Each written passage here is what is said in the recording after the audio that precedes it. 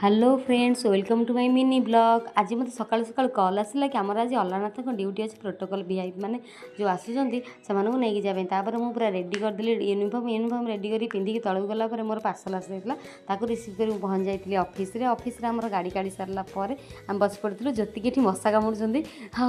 आम मैंने टॉयलेट कर पार्लुनि हसटा को तापर जाए पहुँचीगलु आम ब्रह्मगिरी देखो एत भिड़ कारण जगन्नाथ 15 दिन आम ब्रह्मगिरी अलारपुर आसी बास ग्रहण करिथांती तेणुक ना अलानाथ बोली अच्छी एठार पुरी जमी आनंद उदर खोला हुए ये अभढ़ा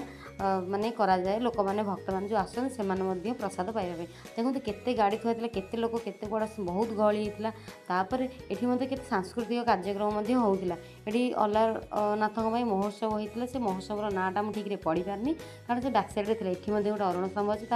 अलारनाथ को दर्शन कर सारापर आम लक्ष्मी माँ को देखी प्रभु चैतन्य को देखी ये समस्त आनंद बजार अभढ़ा तो नुहे से भलिका माने रोसई होता से आनी सारापर आम से बाहरी पड़ू निजे खाई कारण आम दर्शन कर प्रसाद न पाइबा किसी ना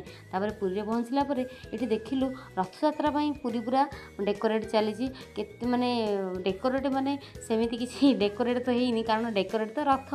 आमर डीजे महाप्रभु तांको रथ सजा हे एठी आमर जगन्नाथ दर्शन करने आसवा हजार हजार भक्तर रथयात्रा जमी किसी असुविधा ना से आमर स्टाफ भाई मैंने सब आसी जाइए एमती पूरा 2 किलोमीटर जाए ही बस भ्यान सब माने पुलिस भ्यान सब रही